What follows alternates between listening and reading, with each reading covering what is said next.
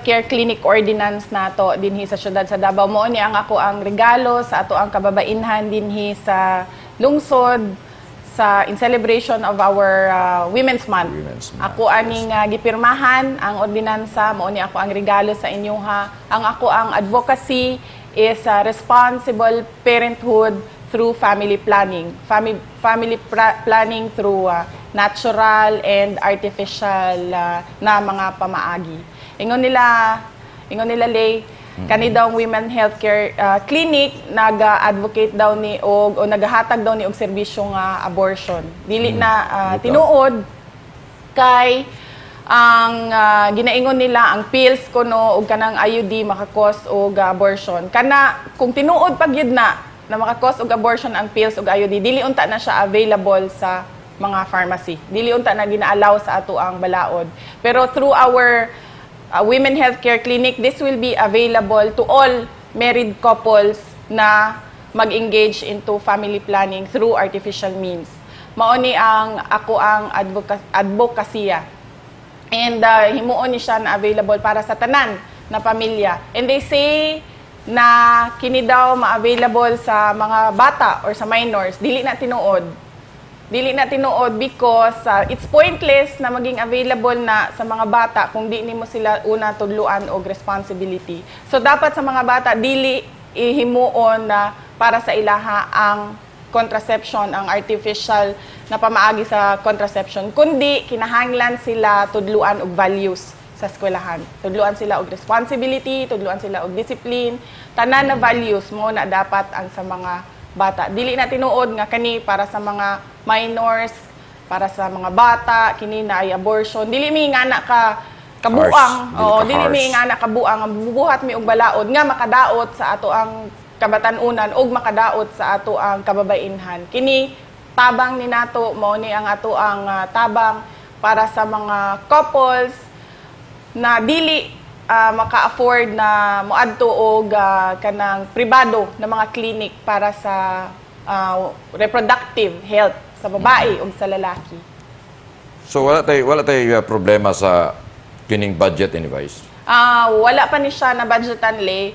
It's still an ordinance creating the clinic. So sa sunod na budget, wala pa man pud na pirmahan ang ordinansa ni Mayor, gisabit na namo sa City Hall. Wala pa na pirmahan ang ordinansa. Pag napirmahan na niya, sa sunod na annual budget sa ato ang syudad sa Davao, matagaan ni nato og kwarta og pondo para mapadagan nato ang ato ang clinic para sa mga kababainhan. Pero kaning budget nga inyong ginahisgot-hisgutan ba, sigurado ko nga plastada gyud ni kay tingali og nanapoy mo issue karo plunder isuhan ba ang plunder bags. Unsa man ni mapriso na daw mo, mapriso na si Mayor tungod ining COA reports nga ang COA wa man pud maka-istorya unsa ilahang gustong mahitabo ini. Ang og tinuod yun na kani siya lay mga isyong politika man guni kani mga plunder, kani mga corruption. Even ang COA nag-ingon nga dili sila motingog o di sila mag-comment about kanang ginaingon nga COA report about corruption because these issues crop up during election time, during campaign period. So it's politika, it's politicking, it's black propaganda. Pero kung tinuod man yun na nag-commit ako og plunder, then mag-file sila og kaso, then I am willing to face all the charges in court. Kaya naaman tayo due process, i-file niyo ang kaso, pagkuha ako ang abogado, tubagon ko na tanan sa korte. Dili na ako na tubagon sa inyong kanang istorya lang, kanang inyong banat lang, kanang inyong pandaot lang. Kanang mga way-ayong pandaot. Pero, Vice, ang Commission on Audit, wag yun, bisan o gamay na lang nga nitawag na inyo nga, Vice, naamoy kaso diri Vice, unsa man ni Vice, wala yun. Wala pa ko kadawat og kanang kung every end of the year gina-audit mo ana ginatanaw mo sa COA. Ginaingnan mi nila. This is wrong, you correct it. So gina-correct na mo. Mingon sila kini kulang ang inyong papeles, dungagan ninyo kinahanglan ingana. Tawagon man gud nila ang atensyon sa local government ana. Ingnan nila kung unsay mali, dapat i-correct ninyo ingana. Gina-correct na mo. Hindi man na siya perfect na system. Pero to say na na-charge ko sa COA or naapoy kaso sa ombudsman, wala pa ko'y nadawat nga summons, nga tubagon ang mga kaso nga ingana para sa ako. Wala. Puro lang na text messages, kanang ginapakalat nila na mga text messages puro lang na istorya nila sa ilahang mga pulong-pulong o sa ilahang TV show din ha. Puro lang nila banat, puro lang ni siya kana ganing tungod sa politika, tungod sa kampanya. Tungod sa obsesyon. Tungod sa obsesyon. Pero matay vice base og dinhi na ta maplander ini. Na po gipagawas karon unsa na po ning Special Educational Fund. Pero usama ni siya. Kanang SEF na naaman tay kuha nakadawat ko og copy. SEF o kanang solid waste management kanang solid waste management. Corruption ko na ginaingon nila. Mao ni siyang ginatawag na black propaganda. Pero in this case, yellow propaganda ang tawag ani kay nag-yellow-yellow ang ilahang papel. Hepatitis ang ilahang papel. Ginaingon ni Carlo Nograles ngano di daw ko motubag mahitungod ani na mga isyu. Dili ko motubag, Carlo, kay unang-una sa inyong managikan. Basaha ng imuhang yellow propaganda. Naaba ko ang pangalan din ha. Kakinsang pangalan ang naandin ha. O kung kinsang pangalan ang naandin ha, sila ang motubag. Wala man ako ang pangalan din ha. Ngano mag-apil-apil man ko. Mura ko og si Di Guzman mag-apil-apil maskin way labot. Mura kong ikaw mag-apil-apil bisan way labot. Motubag ko sa mga isyu nga naa ang ako ang pangalan.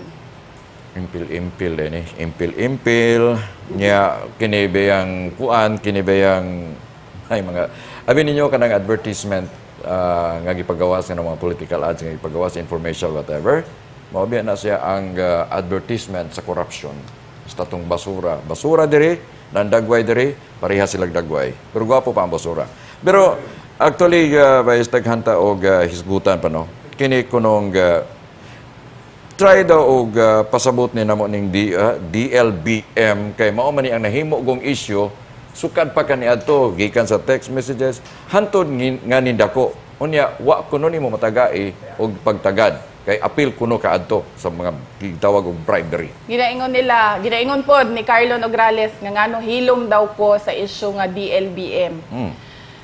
Dili ko kibalo mo unsaon ninyong pagkakibalo about DLBM? Kung wala ko niingon sa interview nga tinuod na ay nahitabo na ingana. Na tinuod, aware ko nga na ay nahitabo na ingana. Unsaon ninyo pagkakibalo?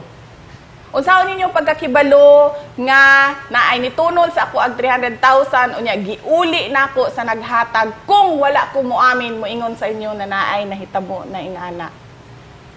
Gikan man to sa ako atanan. Di man mo mahibalo ato tanan kung wala ko nisulti. Karon, gusto nimo Carlo Nograles panganlan nako ang mga konsehal. Mao na imuhang gusto nako nga buhaton. Dili ko na siya buhaton. Kibalo ka ngano? Unang-una, kaning mga konsehalan ni naa sila'y kaso sa ombudsman. Ang ilahang kaso on the basis of the affidavit na gisubmit nako sa ombudsman. Diba? Naaman mo'y kopya ani, kay kamo may nagsulat sa ombudsman regarding ani na kaso, basaha. On the basis of my affidavit and affirmation, ang charge sa ilaha.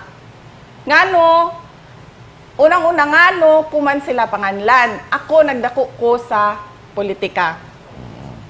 Kada na lang eleksyon, na ay propaganda, black propaganda against ako ang amahan, naani sila yung mga pamilya. Naay black propaganda sa ako ang amahan, moingon nga kana imo ang amahan, corrupt, kana imuhang amahan, babaero, kana imuhang amahan, killer. Killer, mamatay ta, murderer, kana imuhang amahan. Through the years, 9 years old ko, nagsugod ang akong amahan sa pagkamayor. Dili na ako ni gusto buhaton sa pamilya sa mga konsehal. Ang nakasala ang mga konsehal. Na sila'y kaso, di ilahang tubagon didto sa ombudsman. Dili na nako kinahanglan, what good would it do nga